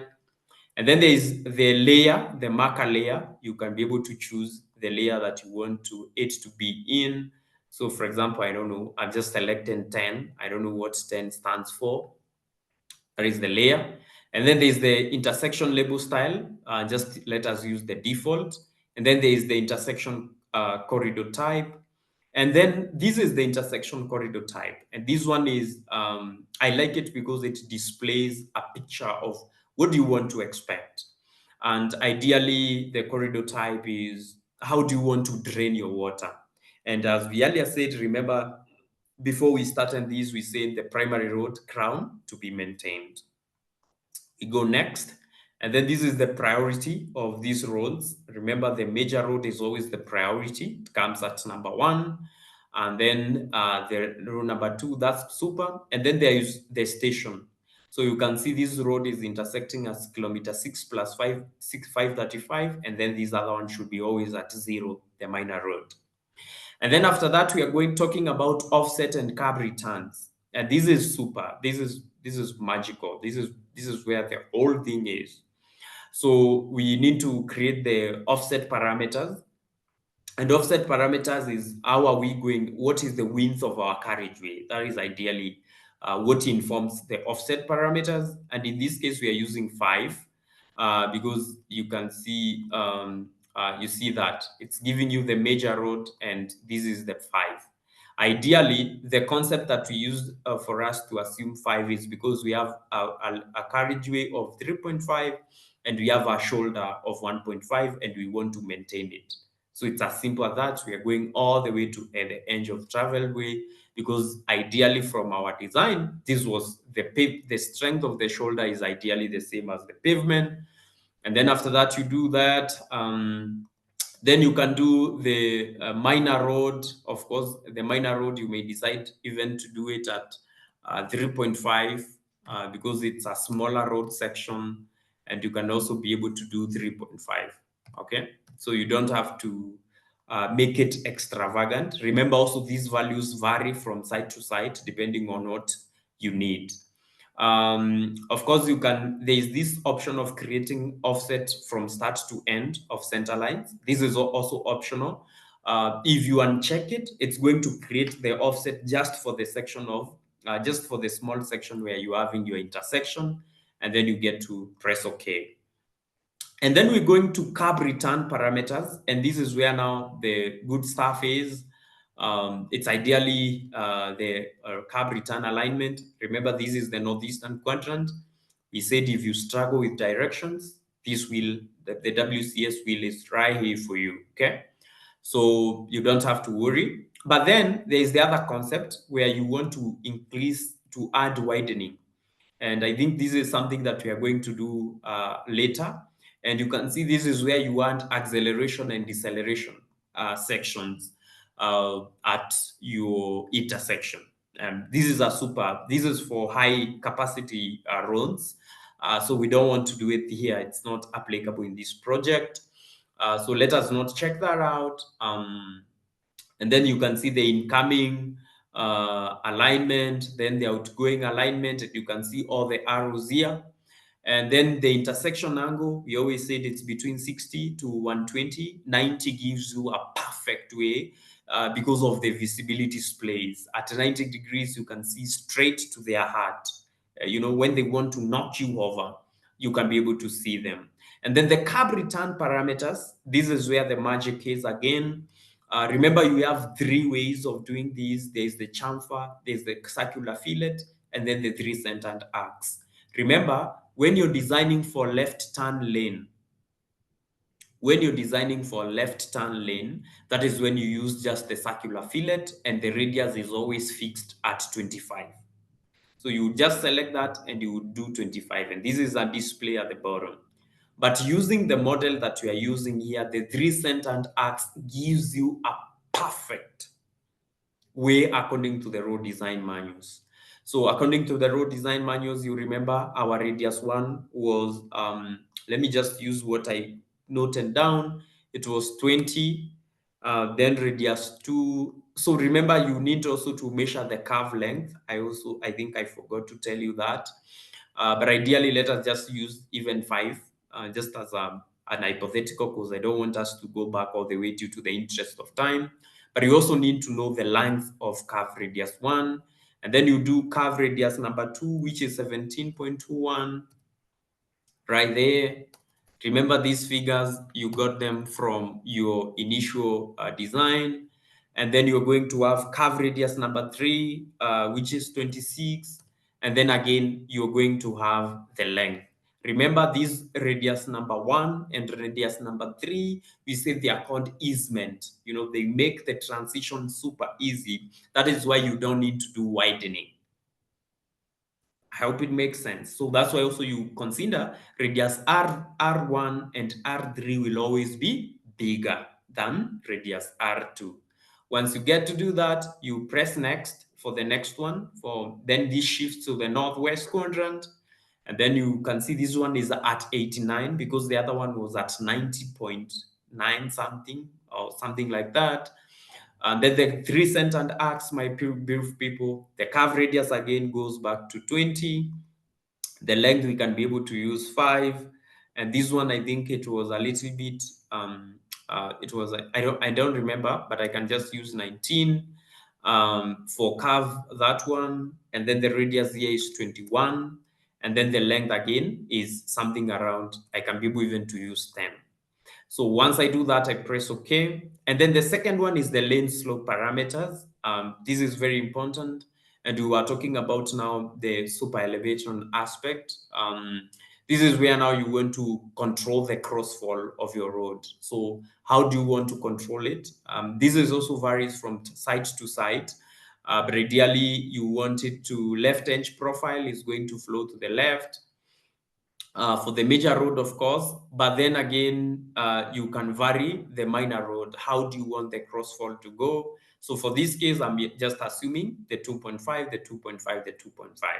So that is ideally depending on site-to-site requirements. And then after that, there is the profile parameters for the curb return. And in the curb return, of course, the major road is on the left and on the right.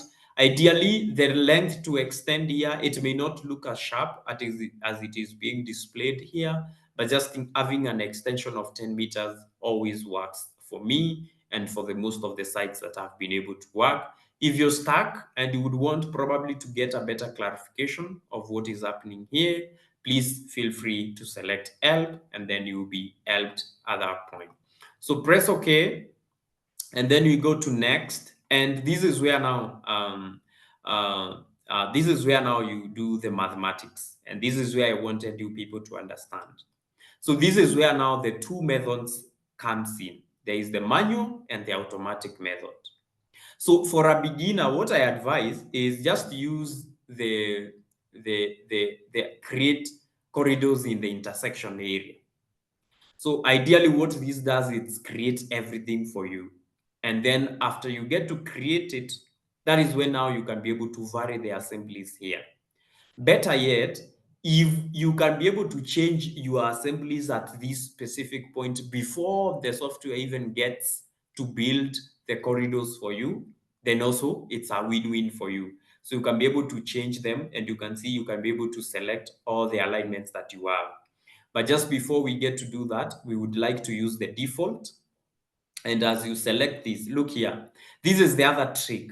If you don't know the actual alignment that you should be able to, or rather, sorry, the actual pavement cross section that you want to assign, because sometimes they can be confusing if it is your first time, just come to this point and select curve return and you see it, and note down the parameters and how you want to build it. And then you go to primary full section, you got it. Then the daylight, the primary part, secondary with daylight. Of course, this one, it's telling you the daylight should be left. And then the primary one, the daylight should be on whatever. Daylight, of course, is the right. So this means you have entirely everything in the intersection area. And then you are going to have the road full section. You can be able to see it. And then you can go the daylight right and then the daylight left right there. So once you get it, just create the intersection and then boom.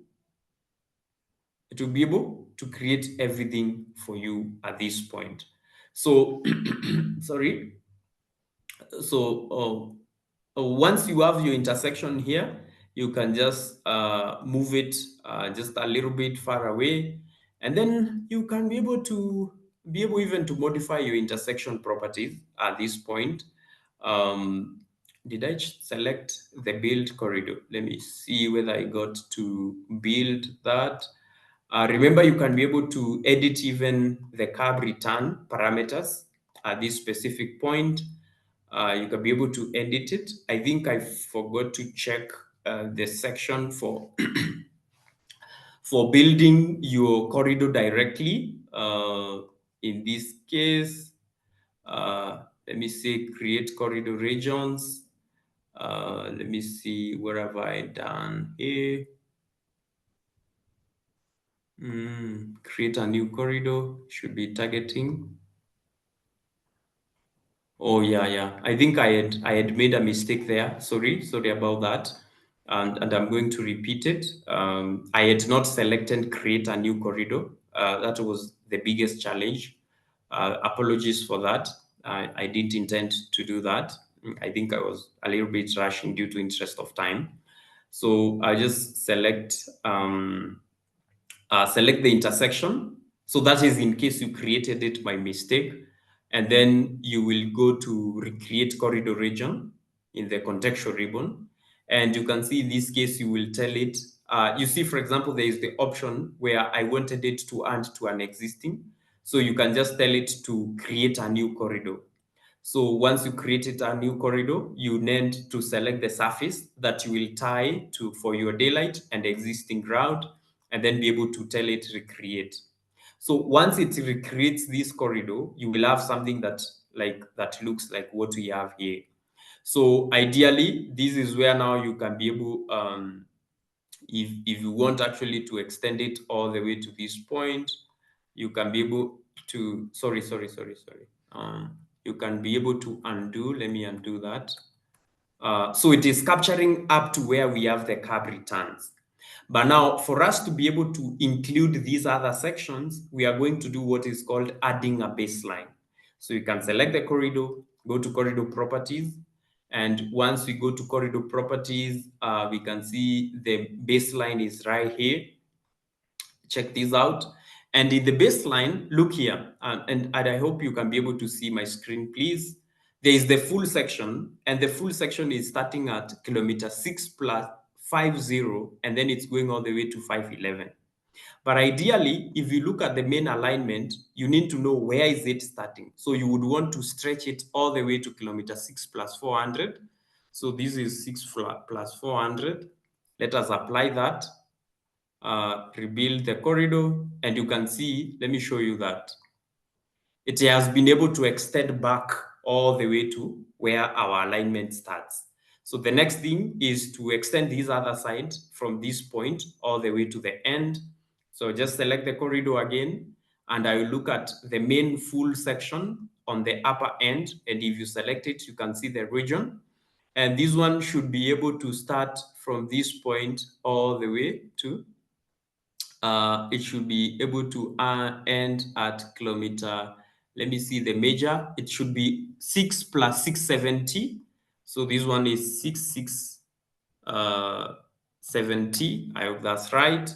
And then I'll be able to apply, rebuild corridor, and you can see it has filled there. So the next thing that you need to do, and this is where you don't need actually to struggle too much to cram a thing, it is now to replace assemblies. So you just go to road full section and then go to assembly, and you can be able to replace it with major. This is the major alignment. So major road typical section, press OK. And then I'm also going to go to the first section, replace it with major road. Where is the major road? Major road typical section, press OK, apply, rebuild the corridor, and then press OK. So that's it. So that's what you need to do is replace for the other elements, and then you will have your entire section replicating the actual chemistry that you have. I mean, the actual pavement structure that you ideally have at that specific point in time.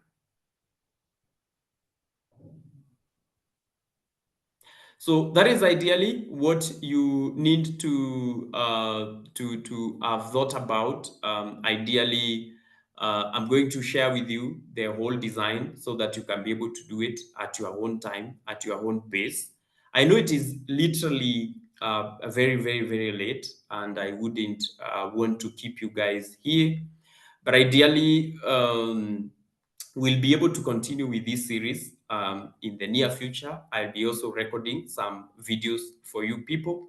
But just before you go, I would like you to probably know that we are also bringing a whole course that is going to cover extensively every aspect. And this course is called At Grade Intersection Design in Civil 3D. And this course is going to cover every bit of intersection design at grade intersections. And probably we have a little bit of a breakdown that I'm going to share with you, ideally. We are going to cover T-junctions, speed change lanes, that is the acceleration and deceleration lanes. We are going to talk about line tappers. We are talking about T-junctions again. And I can see the storage lane. How do you design U-turns, traffic islands? Then there's traffic channelization. We'll be talking about super elevation. And then after that, we go all the way to do the geometric design of Y junctions, skewed junctions, staggered junctions, crossroads, U-turns. And then after that, of course, we are going to go all the way to do the other point, of course, these classes are being repeated so that you can be able to absorb. We'll be talking about design of access roads. We'll be talking about design of roundabouts. And these roundabouts will be single lane roundabouts, mini roundabouts, multi-lane roundabouts, and all of that. And then we'll be also talking about turbo roundabouts. And then after that, we'll be talking about quantity takeoff for each of these roundabouts. Then we'll be talking alignment, grading, corridor design, site grading, and most importantly, we will also be able to cover the entire of the vehicle tracking and swept path analysis from start to end. From start to end. So this is like an entire whole software that you'll be able to cover alongside Civil 3D. We'll be also able to design for drainage. We will be able to cover channelization. And this is the most important part, especially in modern town settings. How do you be able to do channelization of traffic? How do you separate the motorized and non-motorized, the cyclist and the walkways? We'll be able to do that. And then again, we'll be able to do road marking at intersections and also design of road furnitures at road intersections for safety. Once we are completely done with our design, then we'll be able to do a safety audit. Of course, there are some, as per the design considerations, that we have the star ratings. So the star ratings will be ideally visualizing that if we had already constructed this road, would we have met, what star rating could we have met? And always the principle that international road assessment program gives is every new design should be able to at least meet 3 stars rating, or if possible, it can be able to ultimately hit the 5-star. And then, of course, we'll be able also to design these other way, walkways, cycle lanes, pedestrian crossings. And then after that, we'll be able to do the analysis of real world projects so that we can be able to see if this design was done in this specific area. How can we, how could we have designed this section? If we analyze an intersection, and we'll be using InfraWorks, we'll also be using ArcGIS to tap different sections so we can go to Nigeria. So, and we see this roundabout in Nigeria. We can be able to go directly to Nigeria and go specific that area, that intersection area. How can we be able to analyze the case studies? How can we improve it? What are some of the design mistakes that were done? What are some of the design tips that we can be able to implement in that case? And for example, what are conclusions and that we can be able to make and learn from that project? This course will be running on Monday, Wednesday, and Friday. Monday, Wednesday, and Friday from 8 p.m. to 10 p.m. This course will be exclusively for only 20 people. You can see it's quite an intense module, and 20 people. And the whole goal is to mentor them to be able to achieve the Autodesk certified professional. Autodesk certified professional. This is the highest ranking that you can be able to get for infrastructure design. So it's going to cement your authority in this sector. I think I got mine a little bit back in the year, and I hope you can be able to get there as well. So this is a good course that I think will help you understand the design principles. The course is going to start on 20th, as I had earlier announced in the first webinar. So we're going to start on 20th of November 2024, and it's going to run for 4 weeks. So this means by around 20th, it should be 18th. By around actually 16th of December, we'll be done with this program, and then you can just go home and enjoy your Christmas. So as we step into the year, you'll be right there, starting a new life, starting a new job, and probably we pray that these courses are going to open some ideas and probably different goals and visions and new opportunities for you as you proceed next in your career. So the program, of course, is going to go at 125 USD, 125 USD. That is the program fee for the 4 weeks. You get support, you get all the recordings, you get all the design manuals, you get 5 softwares that you'll be using in this design, and all at your disposal. We'll be giving you feedback. You'll be working on a project that you can be able to learn and grow your professional skills. So thank you very much for your time. I know it's pretty late. It's actually 10:30 p.m. Thank you actually for your time. Thank you for your audience. Thank you for always supporting us. Thank you for always accepting to learn with us. And I wish you all a fantastic night. We'll not necessarily be able to do a Q&A at this point, but of course you can use our channels. You can reach out to me personally on LinkedIn. Actually, I sent an email to you. You can be able to respond to me any day. I'm going to send also this old recording and the course outline here and the design project that we've been able to work on. I'm going to send it to you directly to your email because you already registered for this program. And I hope that at least you find it helpful and you'll be able to learn 1, 2, 3 things. So thank you very much, and I'm wishing you all a fantastic night. So thank you and good night.